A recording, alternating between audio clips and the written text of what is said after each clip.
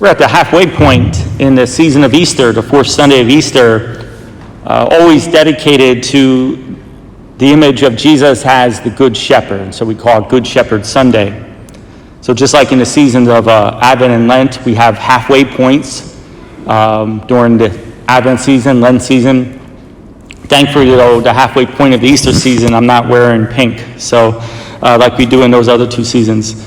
But anyway, so we transitioned from the resurrection narratives in the Gospels. So the first 3 Sundays in Easter are all dedicated to the resurrection text. We have Good Shepherd Sunday as like the hinge point that moves us into the second half of the Easter season, where now we will turn our attention to the Ascension and the Pentecost in preparation for those events. And so when we see what the life of the shepherd was in both the Old Testament and during Jesus' time, if we understand what the shepherd was, we probably have a better appreciation of what this image of Jesus as the Good Shepherd is all about. So we know that the life of the shepherd, they were often more of the lower class of people, in terms of society, in terms of wealth. In Luke's gospel, we hear that the angel appears to shepherds, the shepherds were meant to be more of a lower class of citizens. The shepherd had a flock, and the entire life of the shepherd depended on the condition of his flock. If the flock died, if some sort of disease came in and wiped them all out, if someone would steal all the shepherd's sheep, the shepherd would lose his entire livelihood. He would have no source of food, no source of clothing, no source of making a living. So it was essential that the shepherd kept the flock alive.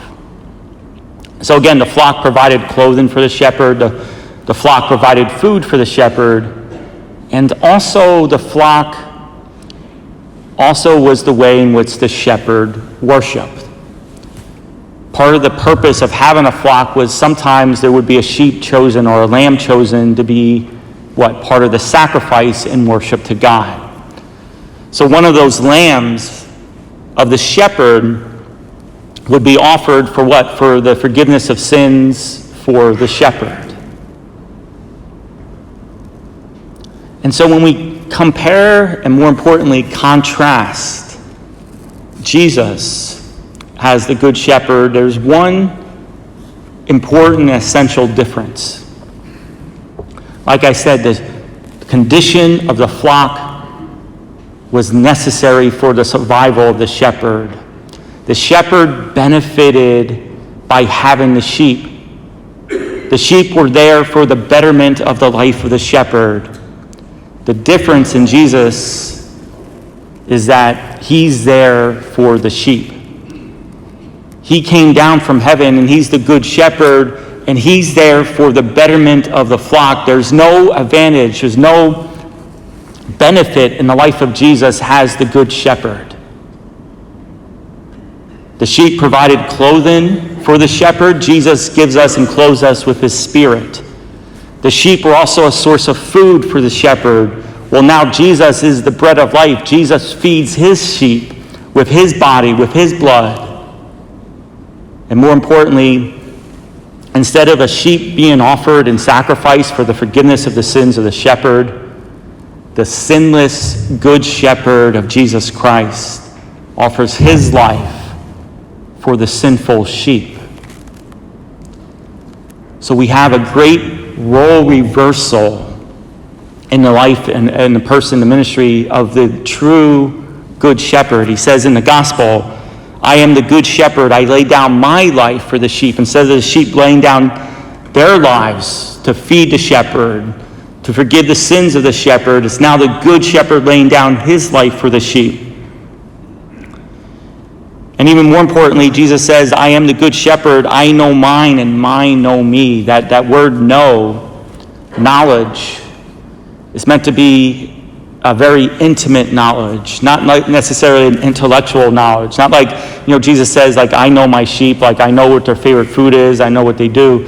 No, it's Knowledge in the terms of like personal, intimate relationship. I love my sheep. And he does it because the Father loves his sheep. And he offers his life for the sheep because it's what the Father wants. The Father wants to be reconciled for us. The Father wants us to have that intimate knowledge of him. The Father wants to know how much he loves and cares for his sheep. And so he sends the Son, again, to be the offering for the sheep, for us. And yet sometimes, again, we doubt, we question the love and knowledge of God. We question whether God truly cares. When we're being guided in life, when we're walking our path of life, there's many crosses and trials that come our way, and then we doubt whether God really cares for us. We follow the Good Shepherd. The Good Shepherd went to the path of the cross, then to the resurrection. Life is going to be hard sometimes. It doesn't mean God doesn't care. Jesus knew the Father loved him as he hung on the cross. He did it for the Father, and he knew that he was in the hands of his heavenly Father. He didn't question the Father's love and his care. But sometimes we do. Sometimes we question whether the Father, whether God really cares about our suffering. He does. He gives us his Son. He gives us the Good Shepherd, who totally gives his whole life over for the well-being of the sheep. And that's how he's different from every other shepherd out there. The sheep were there for the betterment of the shepherd, but this true Good Shepherd, because of God's divine love and God's divine mercy, while we are still sinners, while we still wander off in our path, yet it's the Good Shepherd who say, I will lay down my life. I, though sinless, will lay down my life for the betterment of the sheep. In Jesus Christ, we really and truly have a Good Shepherd. May God bless you.